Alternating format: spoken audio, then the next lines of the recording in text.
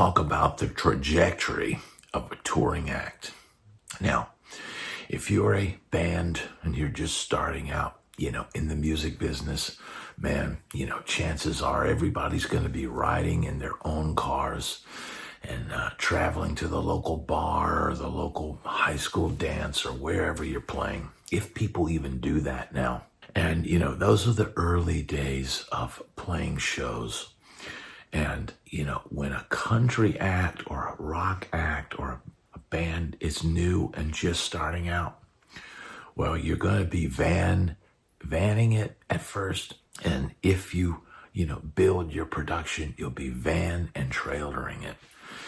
And man, that is the toughest way to tour. That is the toughest way to go. And we've all had to, even in the later, years of my time in Nashville, there were many shows that I played where the majority of the band and everybody would, rent a van and drive up to the gig and roll in a van.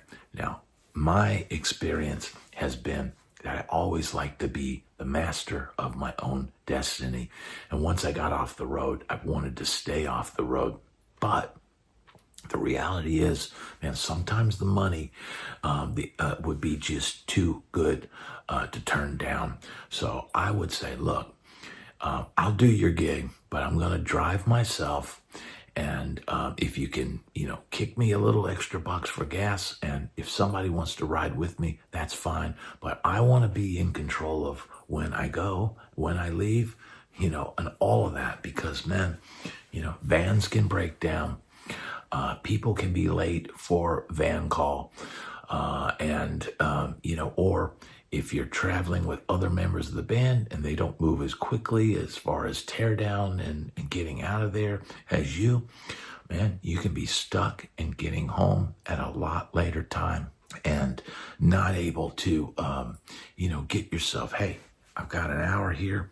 Why don't I go to the hotel right now, take a 20-minute nap, get a shower and all that. But man, if you don't drive yourself, man, you're kind of at the mercy of everybody else.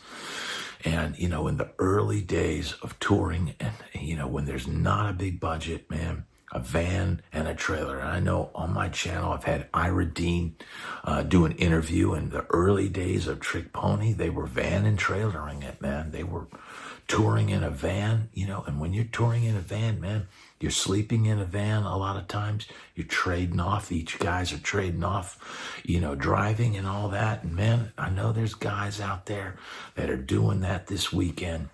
I know there's people still van and trailering it, man. And, you can do real well for yourself touring like that. That's the least expensive way to tour.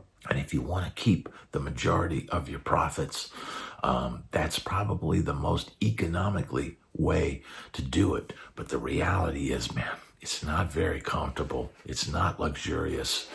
And it can be a rough road to hoe. Now, eventually, if you make it in Nashville, you graduate from that van and trailer and you end up in a tour bus.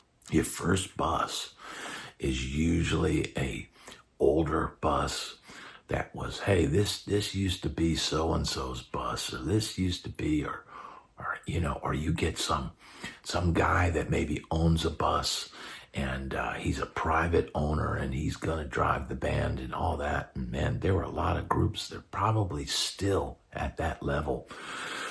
You're riding in older buses. They've got a driver that, kind of drives them, and maybe he owns the bus and he gets together with the band and they pay him. And that might be the most economical way of touring in a bus. Having an older bus, having a private owner that's a driver, and he aligns with the band that's able to book a lot of shows, and together they can do pretty good money-wise. But that's not also the most comfortable way to tour in a bus. So, eventually, if you become a star, if you become a headliner or a mid-level act, or you get a couple hits on the radio, you're going to want to have your own bus. And, at that point in time, you might be presented with the option of, let's build you a bus. You're going to lease it, or you're going to pay a monthly fee to buy this bus, but we will build it to your specifications. And you could say, all right, well, we travel with 10 guys and 2 crew members, and so we're going to need 12 bunks, and we're going to need this, or we're going to need that. Or you could be an act that's, 4-piece band and 3 crew members, so we need 7 bunks, and then we want a back lounge on the bus, and we want a front lounge on the bus. But if you're in a situation where you're playing, they have what they call a star coach or star bus. Those buses, the back lounge area will be a bedroom for the artist, and that's a private bedroom with a shower and a bathroom, and then the rest of the bus is for everybody else. And so that takes up a lot of space, but it's one way that things are done. But when you get to that point where you're building your own bus, and man, these buses can easily be $1 million and more, and your career really has to be on the way up to get to that point. But that's when you're on your way. You can grow from that point. You could get to the point where you've got a band bus and you've got an artist bus.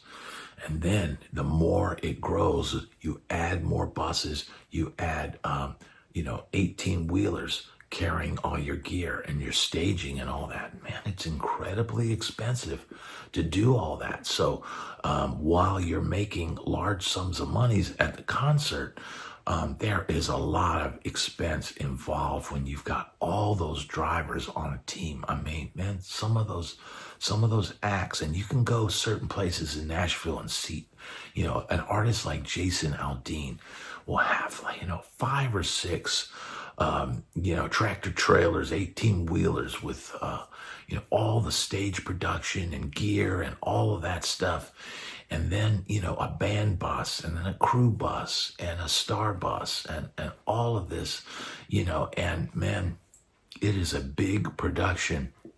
And it takes a long time to get to that point, and it's usually a gradual process. You start off with the one nice bus, and everybody travel on that.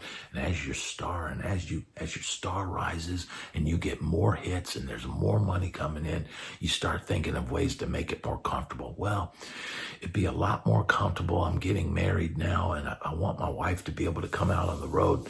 So we're going to build a separate bus for the artist, and they build that, bus with a shower and everything to make it as nice and homey as possible. And then we're going to put the band, because they like to drink and raise hell after the show. We're going to put them on a separate bus, and the crew, they have a different lifestyle, and they keep different hours. So they're going to have their own bus. And everybody can get kind of separated at that point. It'd be like the band is over here and the artist is here. But that's getting to be the upper echelons of touring. That's sort of, man, you've made it when you're in a production like that. Now, I have never been a member of a huge headliner like that. I was always still playing with an artist that had a brand new bus, but it was filled to the brim with crew, band, and artist. And that's probably the most economical way to do it. Even if you're a headliner, you could, in theory, you could do it that way and probably make a lot more money, because each bus that you add, it costs a lot of money. The leasing of the bus, the drivers, all of that, man, the gas, everything. It adds a lot to your expenses. But man, the more of those that you get, the bigger an act you probably are, because that stuff costs a lot of money. Now, what happens when you're mid-level act? What happens when you're a mid-level act and you get a few hits, but it doesn't take off to the point where you're like 4 or 5 number ones, 6 or 7 number ones? Maybe you have one number one You're a kind of a one-hit wonder with a couple of minor hits after that. What happens? Well, you get a very quick and steep rise, and maybe you banned and trailered it for a while, and then you get a song on the radio, and you think, man, this is it.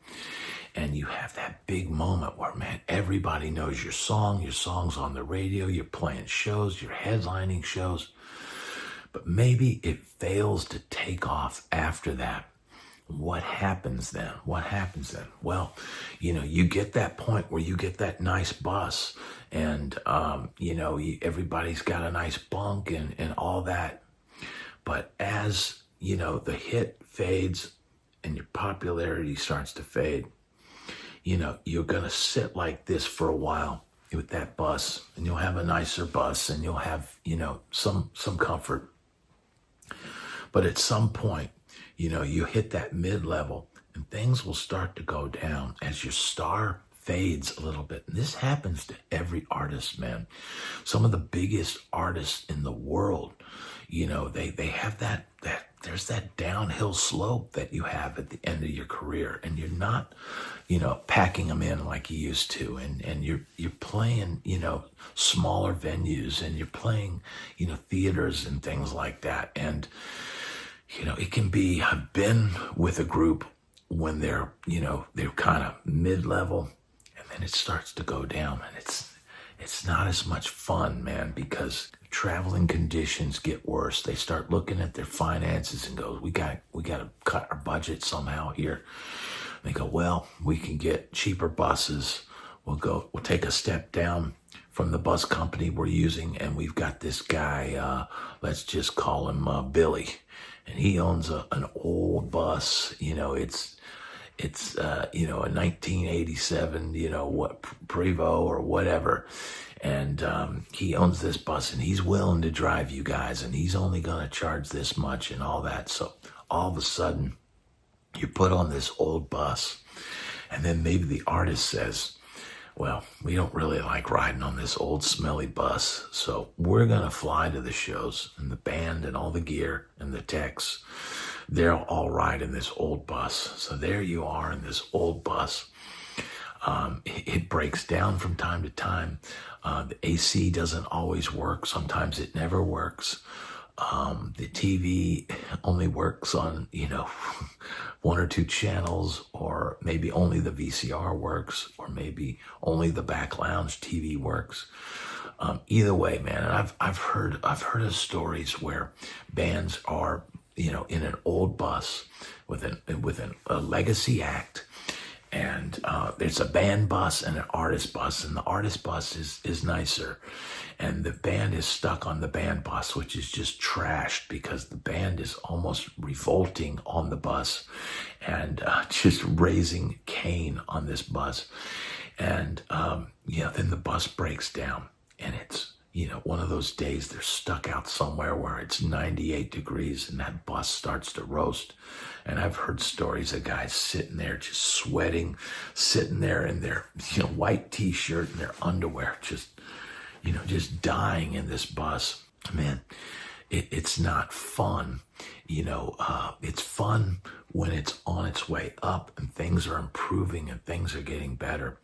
But, when you hit that mid-level and then things start to go down because less and less money is coming in, it can be not fun for the people that have to do the dirty work, the band members, the crew members. There is no luxury in that. And man, it can be kind of a downer touring at that level. And that is why, a lot of times I would ask and say, hey, what's the traveling like? If somebody offers me a gig, I go, man, what kind of bus are you guys riding in? Is everybody on the same bus? All of this information is something you need to find out before you take a tour like that. But man, it's real fun on the way up, and everything's moving forward.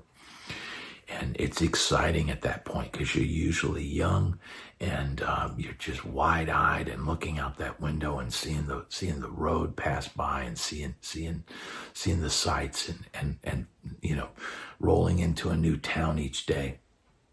But as you get older, and that bus starts to, the quality of touring starts to go down, man, it can really be kind of a drag.